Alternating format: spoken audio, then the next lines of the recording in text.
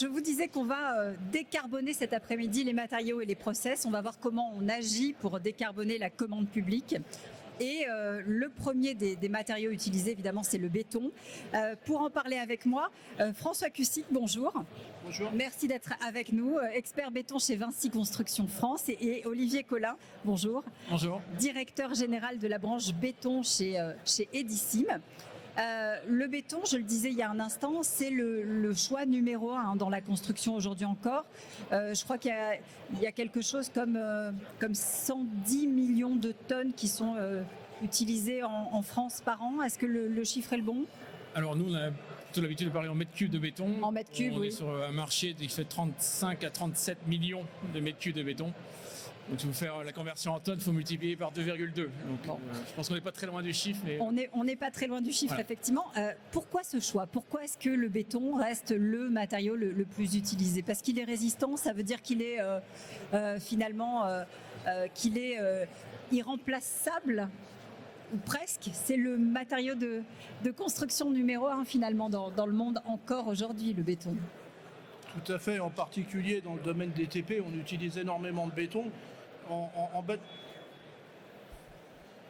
Dans le domaine du bâtiment, on assiste à une évolution avec l'utilisation d'autres matériaux, mais le béton reste incontournable dans la mesure où tout ce qui est fondation et une bonne partie des élévations aussi continuent à se faire et vont continuer à se faire en béton. C'est un matériau qui a une grande durabilité. On a un retour d'expérience important sur ce matériau. On a des règles de dimensionnement, de formulation qui sont bien connues et qui évoluent pour s'adapter aux exigences justement de la transition écologique. Donc ça reste un matériau de premier choix. Ça reste un matériau de premier choix. On parle du béton, on devrait peut-être dire les bétons finalement aujourd'hui. Oui, tout à fait, parce que c'est un béton, c'est un matériau qui est aussi très complexe en fait, quand on le regarde d'un peu près, et qui est amené, qui devient de plus en plus technique, justement pour remplir le cahier des charges qui s'est étoffé ces dernières années avec une exigence impérative de réduction des émissions de carbone. La chance qu'on a, c'est qu'on a beaucoup progressé sur la compréhension du matériau et on est capable de proposer et de valider des solutions innovantes tout en garantissant une durabilité de 50 ou 100 ans, ce qui peut être plus compliqué avec d'autres matériaux. Donc on a beaucoup amélioré nos connaissances scientifiques et on continue à le faire. Olivier ? Alors je peux compléter effectivement, donc matériaux faciles à utiliser, connus depuis des lustres et des décennies en fait par nos clients, donc des entreprises de bâtiments, mais aussi nos maçons. Donc on a des métiers ancestrales qui sont habitués à travailler avec du béton. Donc j'ai envie de dire le béton traverse toutes les périodes sans difficulté de mise en œuvre. Et on est capable effectivement aujourd'hui de nous adapter aux enjeux climatiques qui sont très importants pour nous tous. Donc on est capable de faire du béton avec une moindre empreinte carbone sans changer en fait les habitudes de nos clients, notamment des maçons. Alors on est capable de le faire, mais ça représente quoi aujourd'hui ce béton bas carbone ? Selon certains constructeurs, ça reste, et vous m'arrêterez si je me trompe, ça reste un marché de niche. Je crois que c'est de l'ordre de 10%. Le béton bas carbone ? Alors non, pas forcément. Alors déjà, si on fait quelques chiffres clés quand on parle de bas carbone, enfin en tout cas quand on fait une construction, la part carbone pour le béton, elle pèse environ 25%. Alors qu'est-ce qui amène du carbone ? C'est pas le béton en fait en lui-même, c'est le ciment pour faire le lien avec votre sujet. On va en parler. En fait, quand on fabrique du ciment, on utilise de l'argile qu'on cuit à très haute température, à 1450 degrés, et en fait à cette température-là, on dégage du CO2. Et c'est ça qui pèse en fait dans le bilan carbone du mètre cube de béton. Donc un mètre cube de béton, ça pèse 250 kg, 300 kg de carbone. Et donc tout l'enjeu au fait aujourd'hui, c'est de décarboner la partie cimentière. Donc il y a tout intérêt pour les constructeurs à utiliser ce béton bas carbone parce que oui. Quand on va faire l'addition, l'empreinte elle sera forcément inférieure. Elle sera inférieure, d'autant plus que il y a une taxonomie carbone en fait au niveau Europe qui ne fait que de grimper. Donc on a tous intérêt en fait à décarboner pour éviter la surenchère, en tout cas de l'inflation importante sur le mètre cube de béton. Oui, parce qu'il y a une réglementation qui est en vigueur depuis 2022, hein, je crois aussi. Alors, la réglementation, qui va encore. c'est dans la construction. Donc, on a l'ARE 2020, donc réglementation environnementale, qui va nous imposer en fait des seuils de diminution de carbone, d'où l'intérêt d'utiliser des bétons spécifiques bas carbone. Oui, c'est une autre manière de dire que l'emploi du béton bas carbone, finalement, c'est pas une option. C'est plus une option. C'est une Non, obligation. et puis c'est pas non plus complètement nouveau parce qu'en fait le béton a toujours cherché à s'optimiser et a depuis longtemps fait appel à d'autres matériaux que le clinker, la matière de base du ciment. Donc en fait là ce qu'on fait actuellement c'est qu'on augmente en fait les substitutions, que ce soit dans le ciment ou à la centrale à béton, le remplacement du clinker par d'autres matériaux qui sont connus depuis une centaine d'années, hein. Le laitier, les cendres, il y a d'autres matériaux de substitution émergents qu'on peut qualifier aussi dans des solutions innovantes bas carbone. Oui, alors justement, c'est intéressant. Ces produits de substitution, vous en avez cité quelques-uns. Il y a l'argile calcinée, le métakaolin aussi. Les laitiers moulus, par exemple, Oui. ce sont des coproduits de d'autres industries, en fait, des déchets de d'autres industries. Donc, on revalorise, en fait, en remettant dans le béton pour substituer une partie du ciment, quoi. Donc, on va gagner du poids carbone. On peut parler aujourd'hui de véritable accélération, pas encore, parce que le béton, je crois, dans le monde, représente 7% à lui tout seul, hein, des En émissions de CO2, oui, tout à fait. Est-ce que ça y est, ce mouvement, il est vraiment enclenché pour changer les choses? Oui, ce pour la mouvement est enclenché, donc on a des solutions techniques. Après, dans le monde du béton, en fait, on est aussi très lié en fait à l'environnement normatif, des normes. Donc en fait, il faut que les normes avancent aussi vite que l'urgence climatique. Et c'est un sujet aujourd'hui. Il faut qu'on puisse normaliser toutes ces solutions qui existent sur le marché, qu'elles soient traditionnelles ou un peu moins ou innovantes. Et souvent, l'innovation ne fait pas forcément le bon lien avec la norme. Donc, des travaux sont en cours, des discussions sont en cours pour accélérer justement l'évolution de la norme pour permettre l'utilisation de béton bas carbone. Et on se trouve en fait à vraiment un moment clé où on a les outils en fait pour introduire dans la norme des solutions innovantes en s'appuyant sur les connaissances scientifiques améliorées dont je parlais. Et là, c'est vraiment un créneau qu'il faut qu'on arrive à prendre au niveau de la filière, qui révise très souvent maintenant la norme béton. On est pratiquement à une nouvelle norme tous les 3 ans. Donc on est très actif et ça doit permettre effectivement d'accélérer la décarbonation. Donc si je vous suis bien, on a des solutions de substitution, on a plusieurs options, hein, sur la Oui, table, tout à fait, oui. donc on va pouvoir vraiment accélérer le mouvement. C'est quoi qui freine, qui fait que finalement ce béton bas carbone, il n'est pas encore plus généralisé que ce qu'il ne l'est aujourd'hui? Est-ce qu'on a des problèmes de volume sur les innovations?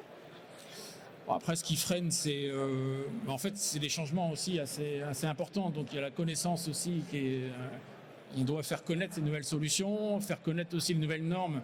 Parce que qui dit norme dit aussi assurance des ouvrages. Donc on ne part pas pour un ouvrage sur 2 ans, on part sur 20, 50 ans, voire 100 ans. Donc c'est nécessaire que toute la chaîne puisse prendre connaissance de tous ces mouvements. Donc c'est vrai qu'on change très vite. Il y a beaucoup de solutions qui deviennent de plus en plus techniques, mais il faut aussi que tous les utilisateurs en prennent connaissance et s'adaptent aussi petit à petit à la situation, quoi. Ça veut dire qu'il faut qu'ils aient une sorte de garantie sur Il faut de la garantie, il faut de la formation, de matériau de l'accompagnement, remplacement. même si on fait tout, enfin en tout cas en tant que producteur de béton, on fait en sorte que les habitudes de chantier ne changent pas avec des nouveaux produits.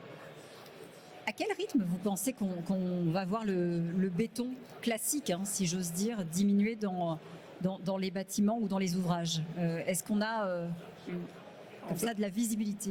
En fait, on est fortement poussé par la RE 2020 pour le bâtiment. Et donc, on n'a pas le choix avec des seuils qui se durcissent progressivement.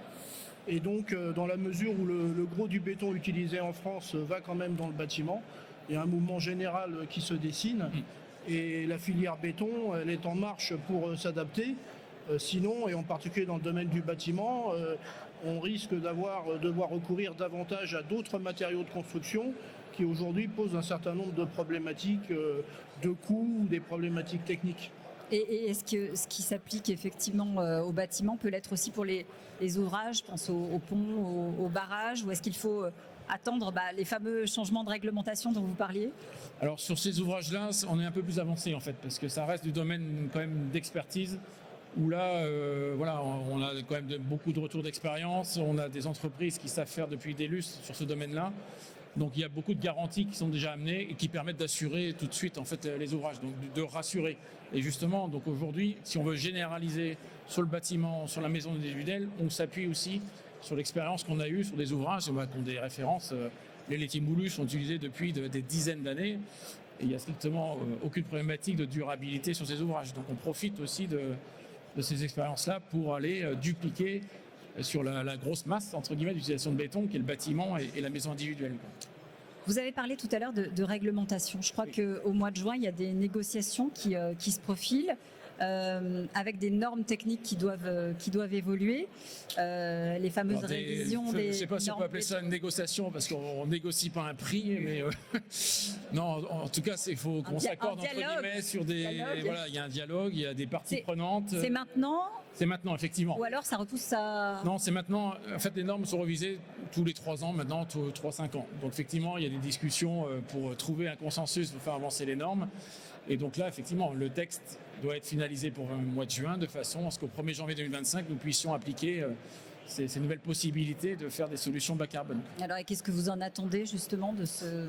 On attend un peu plus d'ouverture. En fait, historiquement, les normes étaient faites par des obligations de moyens, en fait, un dosage ciment imposé, des rapports eau sur ciment, comme on dit dans le jargon, imposés aussi. Là, on va plus sur, si on veut innover, il faut laisser des possibilités. Donc là, on est plus sur les obligations de résultats en termes de durabilité de béton. Je laisserai François compléter, parce qu'il est l'expert dans la commission de normalisation. Après, ce qui est sur la table, effectivement, c'est la possibilité d'introduire des nouveaux ciments contenant moins de clinker. C'est la possibilité d'utiliser davantage les matériaux de substitution, qu'on appelle les additions. Mais tout ça, ça doit se faire dans un cadre qui ne remette pas en cause la qualité première du béton et en particulier la durabilité. Et c'est là où je reviens sur les connaissances scientifiques, parce qu'on est capable aujourd'hui, avec des essais de quelques jours ou quelques mois, d'être représentatif de ce qui va se passer au niveau du béton pendant 50 ou 100 ans. Et c'est ça qui nous a permis aujourd'hui de faire quand même déjà beaucoup évoluer la norme et qui doit nous permettre aussi de continuer sur cette lancée.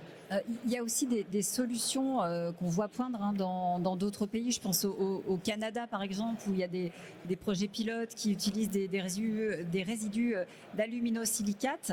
Là aussi, pour ces propriétés liantes, pour remplacer justement le clinker. Est-ce que ça, c'est des choses qu'on garde aussi ici chez nous? Alors oui, on regarde tout en France et on se sert des expériences des autres pays. Après, la difficulté, c'est toujours la même. C'est qu'en France, on est un pays très réglementaire. On a beaucoup de normes, d'empilement de normes. Donc même si techniquement ça fonctionne, pour que ce soit assuré, il faut qu'on passe toutes les contraintes normatives ou avis techniques. Et la question du coût, elle est en jeu aussi. Est-ce qu'il y a une... Évidemment, on est dans un système contraint et il faut faire en sorte d'arriver à décarboner dans un contexte qui soit le plus neutre possible pour nos clients finaux qui aujourd'hui ne sont pas prêts à payer plus cher sous prétexte qu'on est moins carboné. C'est plus cher, c'est beaucoup plus cher aujourd'hui. Alors ça dépend du niveau de décarbonation que vous voulez, et puis c'est pareil, plus vous en ferez, plus on sera compétitif aussi dans le domaine. Donc vous avez beaucoup de coûts d'investissement, de recherche au départ de matériel, et au fur et à mesure que vous allez en faire, vous arriverez à optimiser aussi vos coûts de production et donc les prix de vente au final. On va faire un peu de TP fiction et ce sera ma dernière question. Dans 10 ans, combien il y aura de béton bas carbone sur le marché? Dans 10 ans, on sera en 2034, on aura passé les seuils 2030, on sera à plus de 90%, je pense, de béton bas carbone. Oui. Vous êtes d'accord avec ce chiffre? Oui, je pense qu'effectivement, on n'a pas le choix. Donc, c'est une révolution. On va devoir massifier ces solutions. Merci à tous les deux d'être venus sur le plateau pour débattre de ces questions qui sont centrales. Je le rappelle, c'est un matériau qui est essentiel évidemment pour la construction et pour les travaux publics. Merci à tous les deux d'avoir été avec nous.